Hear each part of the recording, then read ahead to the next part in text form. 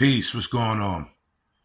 This your brother Big Hawk, that Yonkers native, the host of Street Talk, bringing you street news from here and all over. I'm going to react to this video, and this lady's going to bring out the fact on what the video I did yesterday on how black men are being, the intelligent black men are being disrespected. Well, the lady on The View was the one that disrespected black men. Let's get it. He sees The View. One of the hosts, Sunny, was in discussion with her colleagues around the table about what needs to happen during this 2024 presidential election cycle. When we're looking at these polls and we're looking at who is voting for Trump, you've got 53% of white women that voted for him in 2020. We've got to reach those women.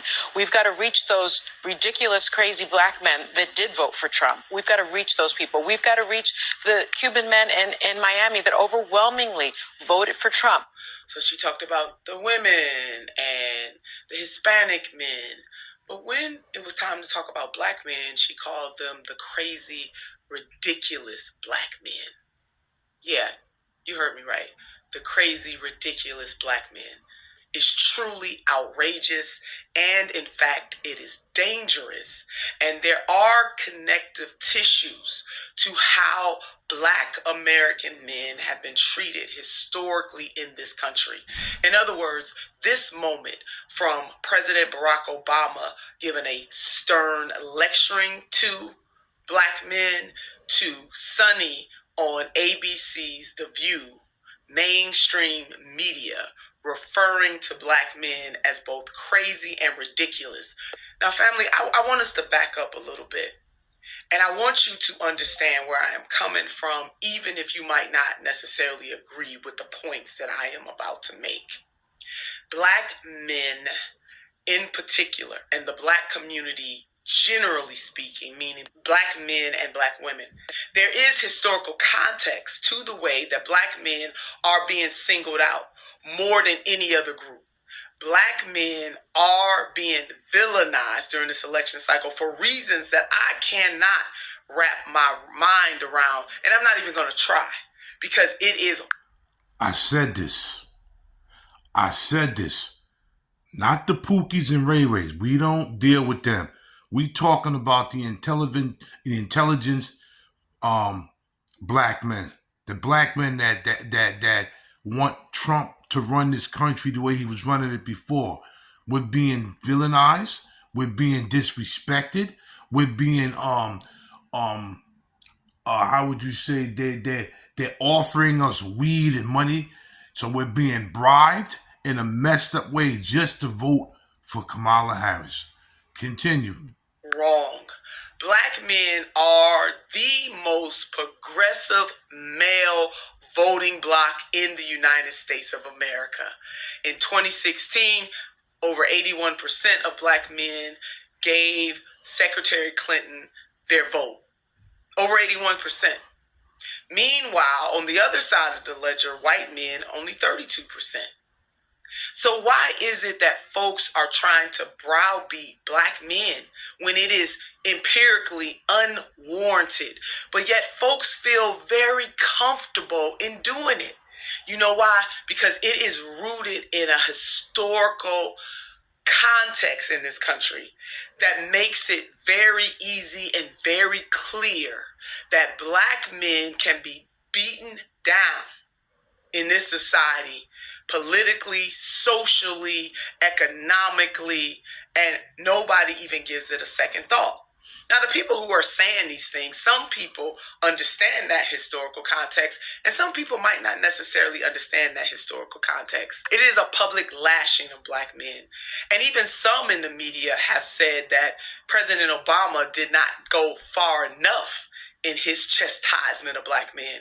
And I simply don't understand that, because what else should President Obama have done making reference to black men and how they will vote during this election cycle? I mean, should black men be taken out and literally beaten?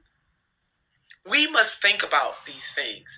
And those of us who have cachet or have greater influence must think about these things in a deeper way. Black men in any election cycle, 2024 included, have the right to choose the candidate or candidates that they want to vote for. And we chose Trump. Without being vilified, chastised, told what to do, and more importantly, being called crazy and ridiculous. Just as any other voting bloc, be they women, white, black, Hispanic, Asian, Arab, or other, be they men, black, white, Arab, Asian, or any other identifying quality, those various voting blocks have a right in the United States of America, at least that's what we say, to vote the way they want to vote. So ask yourselves, why are black men being treated differently from others? And more importantly, why do people of title, of high title, high influence, or not so much of a big title, maybe not so much influence, but feel incredibly comfortable calling out black men only? Ask yourself that. It really is about our construction and how we are socialized in this country. My last point on this for this moment is that the tearing down of black men is ultimately the tearing down of the black community writ large. There is no separation between black men and black women when it comes to liberation. And while others may be ignorant to that fact, others may be doing this fully cognizant of what they are attempting to do, it is wrong and it hurts the black community. So stop tearing down black men. Stop calling them crazy and ridiculous. And for the love of God, stop trying to take away their autonomy and stop sowing seeds of discord within the black community. Can we do that during this election cycle? Can we please do that during this time? Black men, I want you to know that you are loved, you are respected, and you are appreciated beyond this election cycle. And no matter how you choose to vote, I'm just baffled that we have to say this in 2024, in the 21st century, that black men, like any other demographic, have the right to make up their mind however they choose without being torn down.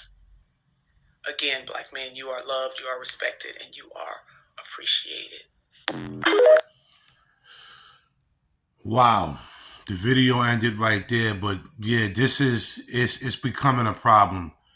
As soon as intelligent black men woken up, and you know what? Quiet is kept. Even a lot of hood black men woke up. People from the ghetto black men. A lot of Pookies and Ray Rays I'm seeing are voting for Donald Trump.